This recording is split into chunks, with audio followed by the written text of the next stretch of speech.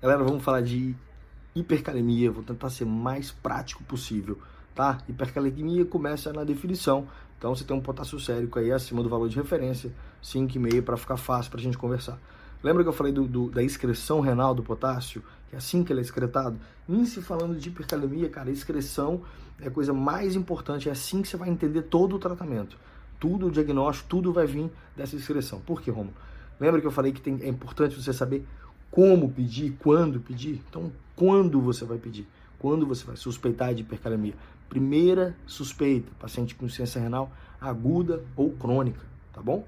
Segunda suspeita, lesões de células. Por quê? Porque eu te falei, potássio é o principal intracelular. Então, se eu tiver grandes lesões de célula, eu vou ter uma liberação desse potássio por meio extracelular e vou acabar aumentando o meu nível sérico de potássio. Então, quando que eu vou pensar? Grandes queimados, grandes politraumatizados, rabdomiólise, por exemplo. Te dei 3 exemplos aqui importantíssimos, tem que ficar na sua cabeça, mas mais importante é ficar na cabeça o porquê, tá? Não decorar aqui qual patologia, mas se você entende o porquê, se você tem grandes lesões de célula, se o potássio é o principal intracelular, ele vai para o extra, vai aumentar meu pH sérico, vai aumentar meu nível sérico, desculpa. Falando nisso, o potássio tem uma relação muito importante com o pH. Eu já até acabei falando do pH aqui. Lembra que eu expliquei do sistema renina, angiotensina, aldosterona, né? A aldosterona reabsorve o sódio, troca hora potássio, hora hidrogênio. Então, da mesma forma que na hipocalemia, né, a alcalose é causa e consequência de hipocalemia, na hipercalemia é a mesma coisa, tá? A acidose metabólica é também causa e consequência da hipercalemia. Então, é uma outra situação que você tem que investigar. O distúrbio do potássio, principalmente a hipercalemia, tá? Outra coisa, quando você vai pensar também, diuréticos, tá bom? Não diuréticos, na verdade, é remédios antihipertensivos. Espironolactona, IECA e bloqueadores do sistema do receptor da angiotensina. Essas três medicações, por serem poupadoras de potássio, em algumas situações podem levar o potássio acima do nível da normalidade, tá certo? Existe uma definição também, que acaba que qualquer livro que você pegar, se estiver estudando para prova, isso aí você vai acabar esbarrando nisso aí, que são as doenças que cursam com hipoaldosteronismo. Tá? Pela mesma explicação do sistema renina-angiotensina, vai acabar gerando um acúmulo de potássio e você vai cursar com hipercalemia também, mas não é clássico do pronto-socorro. Clássico do pronto-socorro, insuficiência renal aguda ou crônica, né? Paciente, por exemplo, que fez um hipertensivo, que faz uso dessas medicações que eu te falei e está com potássio elevado, está com uma sintomatologia estranha, politrauma, o queimado, tudo isso vai chegar no pronto-socorro também, vai chegar na porta, e aí que é onde você vai poder fazer o diagnóstico, resolver esse quebra-cabeça.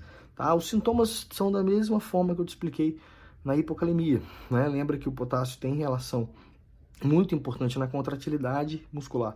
Se é da contratilidade muscular, eu lembro do coração, um grande músculo, né? E se eu lembro do coração, eu lembro de repolarização. Lembra aquele link que eu te falei para você construir esse raciocínio? Na hipercalemia, mesma coisa, os sintomas vão ter sintomas musculares. Pode chegar. Normalmente, como eu te falei, faz parte de um espectro maior. Mas os sintomas são esses, são sintomas musculares e sintomas cardíacos, né? As arritmias. Da mesma forma que eu te coloquei as principais alterações no eletro, a hipercalemia também tem as mesmas coisas. Se é repolarização, primeira coisa que você vai pensar é uma alteração na onda T, né? Enquanto a hipocalemia, a onda T estava achatada, nessa ela é apiculada, né? Os autores chamam de onda T entenda. Tá? Outra alteração seria a alteração da onda P. Uma P aplanada, quase próxima à linha de base. E no caso mais grave ainda, um alargamento de QRS, mas as alterações da onda T são mais comuns, tá, no eletro.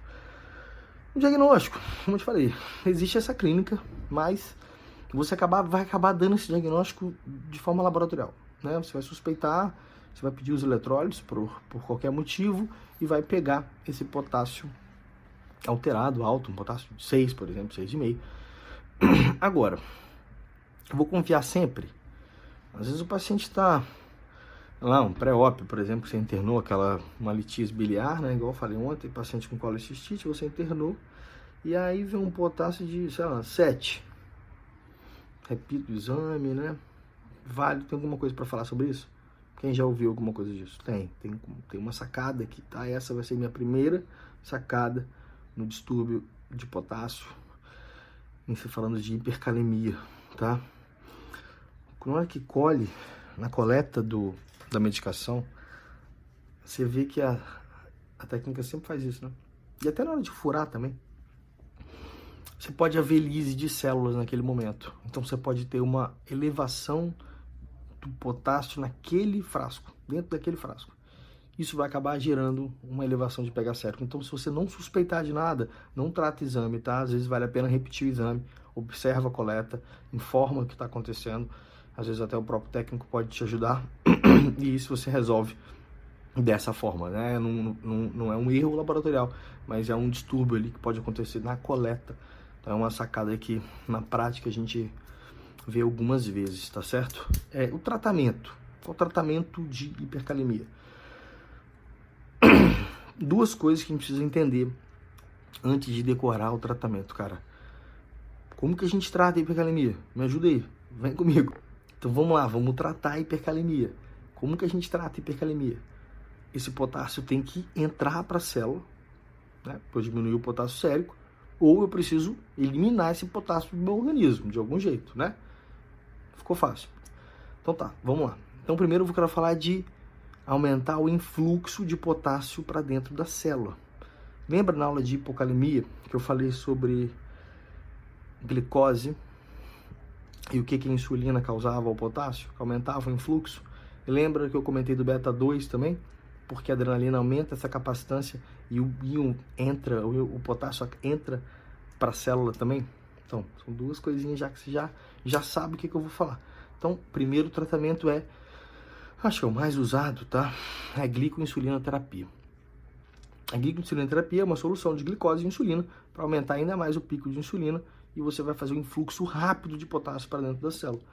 Como que a gente faz, assim, qual que é o receitinha do bolo aí? É mais ou menos 100 ml de glicose a 50% com 10 unidades de insulina. Essa é a proporção que você tem que manter, 100 para 10. Então seria 1 para 10 cada unidade de insulina, 10 ml de solução de glicose a 50%.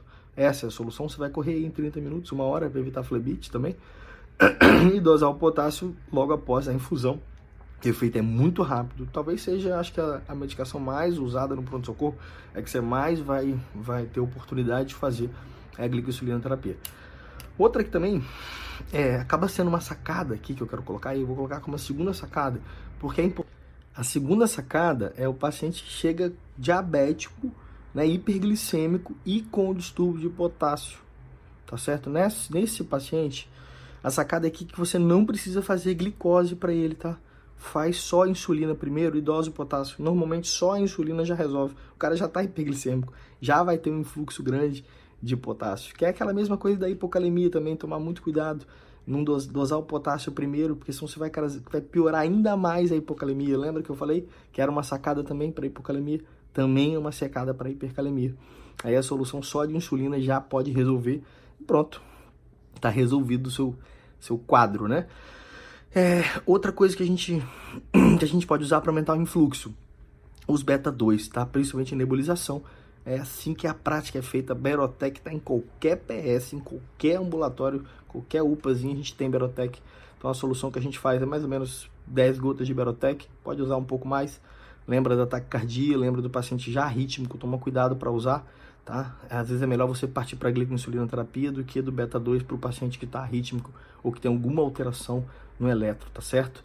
Aí é nebulização clássica mesmo, que você pode dosar logo a seguida também, o efeito é bem rápido, lembra que você pode repetir essa nebulização. A partir daí a gente parte para o bicarbonato de sódio, é o menos usado, mas também tem seu potencial aqui, né? O bicarbonato de sódio ele acaba alcalinizando o pH, se ele causa alcalinização, ele acaba aumentando também o influxo de potássio para dentro da célula e você diminui o potássio sérico. A receitinha de bolo é fácil, a ampola é aquela ampola de 8,4%, tá, de bicarbonato, que a gente tem sempre em ambulatório, UPA, emergência. Essa é a ampola que você vai ver. A solução é de mais ou menos 50 a 100 ml, você corre em 30 minutos. Sacada de novo, não ia passar batido, cara, o bicarbonato é a droga de escolha para tratar hipercalemia na PCR, lembra? dos P's, dos H's e dos T's da PCR. Então, a hipercalemia tem que ser tratada e a melhor opção é o bicarbonato de sódio na PCR. Massa, né? Fez sentido pra caramba. Por fim, se falando de tratamento, eu te expliquei tudo que causa influxo. Tá, pô, influxo de potássio. Qual que é o bônus dessas terapias que eu te falei? O bônus é que elas são rápidas, tá? O ônus, momentâneo, porque você não está retirando o potássio do organismo. Então, se você não tiver de olho na causa base, não reverter o quadro, aquilo vai acabar aumentando, tá? Agora a gente vai falar de retirar o potássio do organismo. Qual que é o bônus? Pô, você retirou. Se você resolve a causa base também, tratamento definitivo. Vamos dizer que seria o padrão ouro, né? Essa opção. E o ônus de você usar essa terapia é que ela é lenta. Então ela não vai servir para todos os seus pacientes. Primeira forma, e a mais famosa e a mais usada, é o diurético de alça, furosemida, clássico Lasix, tá? Não tem dose padrão aqui. Você vai fazer 1 ampola, 2 ampolas, 3 ampolas, vai medir a diurese nesse paciente e vai acompanhar o potássio, colher mais ou menos com umas 2 horas, porque você precisa de ter o efeito diurético, não é tão rápido quanto a glicoinsulinoterapia, mas é uma medicação de escolha. E a principal é a primeira que você vai ver, a segunda famosíssima também é o Sorcal. Lembra que Sorcal o paciente precisa estar comendo, porque ele precisa, é um quelante do trato gastrointestinal, então o potássio vai sair pelo trato gastrointestinal, então isso demora de 24 a 48 horas, tá? E a terceira opção, que não é comum da gente indicar às vezes no pronto-socorro, porque acaba, como eu sempre falo sobre isso, esse paciente acaba evoluindo indo para UTI, por exemplo, você acaba internando ele ou transferindo, mas é hemodiálise, obviamente. Então, a principal indicação de hemodiálise é paciente com hipercalemia refratária. Quando eu não consigo resolver, eu tenho que indicar hemodiálise, tá certo? Deu para construir o raciocínio todo. E um detalhe que eu quero falar, que é já respondendo a pergunta de alguém aí que vai perguntar sobre o gluconato de cálcio. Toda vez que a gente está lendo, a gente lê gluconato de cálcio, mas o gluconato de cálcio não está indicado para tratar a hipercalemia, mas sim para estabilizar a membrana, diminuir o risco arritmogênico que o potássio está causando, tá? Então, você só vai usar se você tiver alteração de eletro. Se não tiver alteração de eletro, você não vai usar gluconato de cálcio. A receita de bolinho para o gluconato é uma ampula. A ampula tem 10%. A gente costuma correr ela em 5 minutos e pronto, está resolvido o caso. Beleza, pessoal?